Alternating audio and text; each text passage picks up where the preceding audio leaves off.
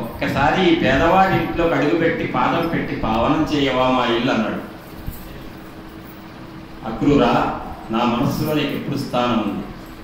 నేను ఇప్పుడు నాకు పని ఉంది. ధనుర్యాగం చేస్తాడుగా కృష్ణుడు. ఆ ధనుర్యాగం పూర్తి చేసి అంతా చేశాక మీ ఇంట్లోకి వచ్చి కాలు పెడతామని చెప్పి అన్నాడు. అంటే ధనుర్యాగం పూర్తి చేయడం అర్థం ఏంటి? వంశంని సంహరిస్తా. అందుకేగా నేను వచ్చింది. వాడు నన్ను సంహరించాలని పిలిచారు అని నాకు తెలియదా? నా కృప వల్ల వచ్చిన లోకంలో ఉన్న కంసుడు నా మేనమామ కావచ్చు పుట్టుకలు ఈ శరీరాన్ని. నాకు చెప్తాడు ఆ కంసుడు. ఆ కంసుడికి మోక్షాన్ని ఇచ్చి ఈ కంస బాధ నుంచి ఈ నగరాన్ని బయట పెట్టి అందరిని ఆనందపరిచి అప్పుడు నీ ఇంట్లోకి ఆనందాశ్రులతో నేను పాదాలు పెట్టి నిన్ను అనుగ్రహిస్తాను అక్రూరా అన్నాడు. ఆ వెళ్ళినటువంటి మధురలో వెళ్ళినటువంటి క్రమంలో ఒక మాలాకారుడి దగ్గరికి వెళ్ళాడు. ఆయన, మాలాకారా, మంచిగున్నావయ్యా, ఏం కావాలి నాయన నీకంటే, కృష్ణ నాకు కంసుని తీసేసి రాజ్యం ఇస్తావా అంటే తీసుకోపోమంటాడు. కాదులే కానీ ఈ మధురతో పాటు ఇంకో 2 రాజ్యాలు కలిపి నాకు రాజు పదవి అంటే ఇస్తాడు. తెలివి తక్కువ వాడు అది అడుగుతాడు. తెలివి వాళ్ళ వాడు ఏమడిగాడు?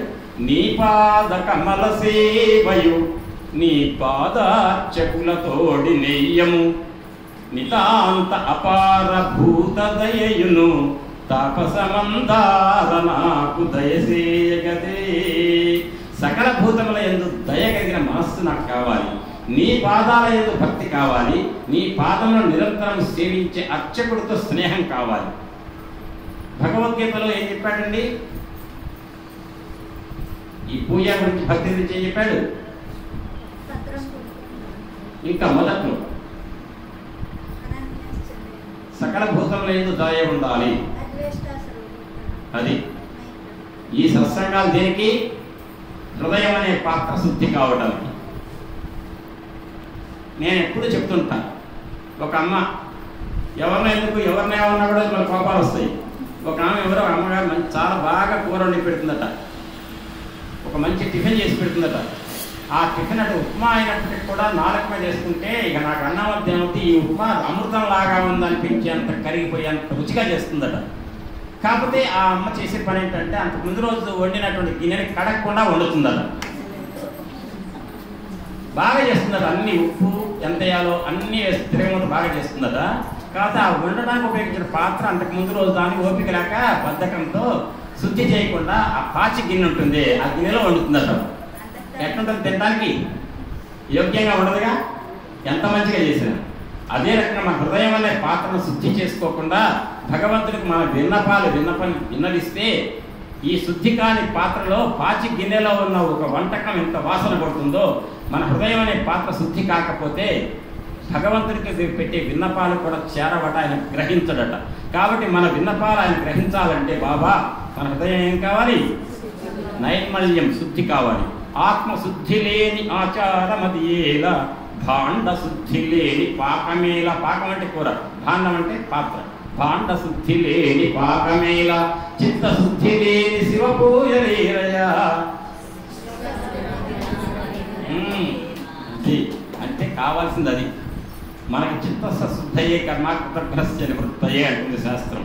ఈ సత్సంగాలు వినటం ద్వారా విని విని విని హృదయం ఎట్ట సంస్కరించబడాలంటే, ఒక మెట్ట భూమి, పంటకు నోచుకోనటువంటి మెట్ట భూమి, దాన్ని అనేక విధాలుగా సంస్కరించి సారవంతం చేస్తే విత్తనం నాటితే ఎంత చక్కగా మొక్క వస్తుందో, భక్తి అనేటువంటి మొక్క నాటినప్పుడు అది విజృంభించి వృక్షంగా మారి భగవతత్వంతో అనుసంధానమై మోక్ష మార్గం సుగమం కావాలంటే హృదయం అనే క్షేత్రం కూడా చౌడు భూమిగా, మెట్ట భూమిగా ఉంటే కుదరదు. సంస్కారవంతంగా సాగు చేయాలి. ఆ సాగు చేయటమే ఈ సత్సంగం. సత్సంగం అంటే హృదయాన్ని సంస్కరించి సాగు చేయటం. అప్పుడు హృదయం అనే పాత్ర ఏమవుతుంది? సంస్కరించబడుతుంది. మొలగటానికి తగినటువంటి సారవంతమైన భూమిగా హృదయం ఏర్పడుతుంది. ఈ హృదయ క్షేత్రాన్ని సారవంతం చేయడానికి, సంస్కరించబడటానికి చేయవలసే ప్రయత్నంలో భాగమే ఈ సత్సంగాలు. దానివల్ల వచ్చేది చిత్తశుద్ధి ఏర్పడటం. కృతజ్ఞత, చేసిన మేలు మర్చిపోకూడదు. హిందూ ధర్మం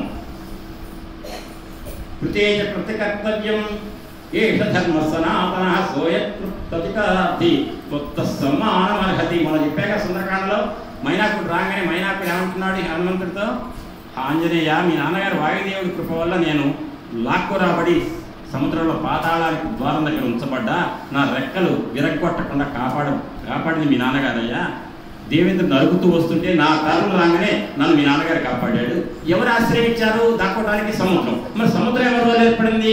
సాగరుడు వల్ల. సాగరుడు ఏ వంశం? ఇక్ష్వాకు వంశం. ఇక్ష్వాకు వంశంలో ఎవరికైనా హెల్ప్ చేద్దాం, అప్పుడు ఆనాడు చేసిన దానికి ఇవాళ కృతజ్ఞతగా ఆయన చెల్లించుకుందామంటే ఎవరున్నారు? రాముడు ఉన్నాడు. ఆ రాముడు చెల్లించుకోవడానికి ఆయన తక్కువ, బోళ్ళ సంపద ఉందిగా అంటే ఆయన భార్య లేక ఎవరు ఎత్తుకుపోతే ఏడుస్తున్నాడు, ఆయన భార్యను వెతకడానికి వెళ్తుంది వివేక ఆంజనేయ. కాబట్టి అట్ట సహాయం చేస్తే రాముడికి సహాయం చేసినట్టే, రాముడికి సహాయం చేస్తే సగర చక్రవర్తికి చేసినట్టే, ఇక్ష్వాకు వంశం మొత్తానికి చేసినట్టే. కాబట్టి రామచంద్రమూర్తి భార్య వియోగంతో బాధపడుతుంటే ఆ భార్య సీతమ్మ లంకలో ఉంటే వెతకడానికి వెళ్తున్న హనుమ, నీకు కాసేపు నా వీపు మీద కనుక నిలబడితే నీకు విశ్రాంతి దొరుకుతుంది, తద్వారా నీకు కనుక నేను కృతజ్ఞత చెల్లించుకుంటే మీ నాన్నగారికి నేను చెల్లించుకున్నట్టు. సగరుడు అనేవాడు సగరుడు వల్ల సాగరం ఏర్పడింది కాబట్టి ఆ సగరుడు ఇక్ష్వాకు వంశంలో పుట్టిన రాముడు బాధలోంచి బయటపెట్టడానికి నువ్వు చేసే ప్రయత్నంలో ఉన్న నీకు సహాయం చేస్తే సగర చక్రవర్తికి సహాయం చేసిన ఫలితం దక్కుతుంది. కాబట్టి మా ఇద్దరి కృతజ్ఞత చెల్లించుకోవటానికి నువ్వు కాసేపు నా వీటి మీద ఉండు అన్నాడు మైనాకుడు. అంతే హిందూ ధర్మం ఏం చెప్పింది? ఉపకారం చేసిన ప్రతి వాడికి ప్రతి ఉపకారం చేయాలి. ఆ శ్లోకం వాడు చెప్పాక మన సుందరకాండలో అది ఆ రకంగా చేసిన మేలు మర్చిపోకుండా ఉండటానికి కృతజ్ఞత అంటారు. చేసి ఆ నిన్న పెట్టాడు వాళ్ళు మర్చిపోయారు, నిన్న తిన్నాడు వాళ్ళు మర్చిపోయాడు, దానికి కృతజ్ఞత అంటారు. ఏమంటారు? కృతజ్ఞత. కృతజ్ఞత అంటే చేసిన మేలు గుర్తు పెట్టుకొని మళ్ళీ మేలు చేయండి. ఏదైనా పెడితే ఏమంటారు? థ్యాంక్స్ అండి అంటారు. థ్యాంక్స్ అంటే కృతజ్ఞత చెప్పుకోవడం ఇంగ్లీష్లో. ఎవరైనా మనకు సహాయం చేశారు, మళ్ళీ ఎప్పుడైనా అవసరం వస్తే వాళ్ళకి మనం సహాయం చేయాలి, ఇచ్చి పుచ్చుకునే ధోరణి ఉండాలి. ఈ రకంగా చేయాలంటే ఎదుటి మనుషుల పట్ల దయ ఉండాలి, కరుణ ఉండాలి, ప్రేమ ఉండాలి. అదే అద్వేష్ట, ద్వేషం ఉండకూడదు. సర్వభూతాని మయి సహ కరుణయేవ చ నిర్మమో నిరహంకార సమదుఃఖ సుఖ క్షమి అంటే అన్నిటి సమంగా చూస్తూ ద్వేషం లేని భావంతో ఎదుటి మానవులను ప్రేమిస్తూ తోటి భక్తులందరినీ కూడా అందరిలో బాబాని చూడటం ఏదైతే ఉందో అది నిజమైన భక్తి అని చెప్పి కృష్ణుడు భగవద్గీతలో చెప్పాడు. ఆ స్థితి మన మనసులో అంకురించాలంటే మన మనసు సంస్కరించబడాలి, మనలో ఉన్న కల్మషాలని బయటికి పోవాలి. ఆ పోవటానికి మనం నిరంతరం చేసేటువంటి ఈ మాట యొక్క పోటు ఏదుందో దాన్ని సత్సంగము అంటారు. మాటల్ని హృదయంలో పోటు వేస్తేనే సత్సంగం, అప్పుడే హృదయం సంస్కరించబడేది. ఆ మాటల పోటే ఈ సత్సంగం. కాబట్టి ఈ కృష్ణుడి యొక్క భక్తుడి గురించి, ఎందుకంటే భవానీ గారు అంత యాత్రలో ఉండి ఏమన్నారు, నాకు కృష్ణుడి జన్మం చెబుదాం అనుకున్నా ఇవాళ, కానీ అది చెప్పాలంటే కృష్ణుడి జన్మంతో పాటు ఇంకోటి చెప్పి 2 గంటలు చెప్పాలి. అది ప్రత్యేకంగా ఒకరోజు చెప్పొచ్చు. ఇవాళ కృష్ణ భక్తుడి గురించి చెప్తే బాగుండు, ఎందుకంటే అక్కడేమో రామ భక్తుడి గురించి చెప్తున్నా కదా సుందరకాండ 7 రోజులు, ఇక్కడ కృష్ణ భక్తుడి గురించి చెప్తే బాగుండు అని అక్రూరుడు అనేటువంటి భక్తుడు నిజంగా అక్రూరుడి క్రూరత్వం ఏమాత్రం లేనివాడు, కానీ గోపికలకు మాత్రం క్రూరుడులా కనిపించాడు. ఎందుకని? మా కృష్ణుడిని పట్టుకోబోతున్నాడు, మా ప్రాణేశ్వరుడు కృష్ణుడు అయితే మా ప్రాణాలు దక్కవు అని. ఏం పర్వాలేదు, నేను అక్కడికి వెళ్ళినా మధుర నుంచి మళ్ళీ వచ్చి మిమ్మల్ని అనుగ్రహిస్తానని చెప్పి గోపికలు చెప్పాడు కృష్ణుడు. తద్వారా ఏ వ్యక్తినైతే క్రూరుడు అనుకున్నారో గోపికలు ఆ వ్యక్తినే అక్రూరుడు అని చెప్పి కృష్ణ భక్తులు జాబితాలో వేసుకున్నటువంటి వైనం శ్రీమద్ భాగవతంలో ఉంది. అటువంటి కృష్ణ భక్తుడైన అక్రూరుడు వచ్చి వింటే అందులో విష్ణువు ఆదిశేషువు గురించినటువంటి చక్కటి పద్యవర్ణన ఉంది.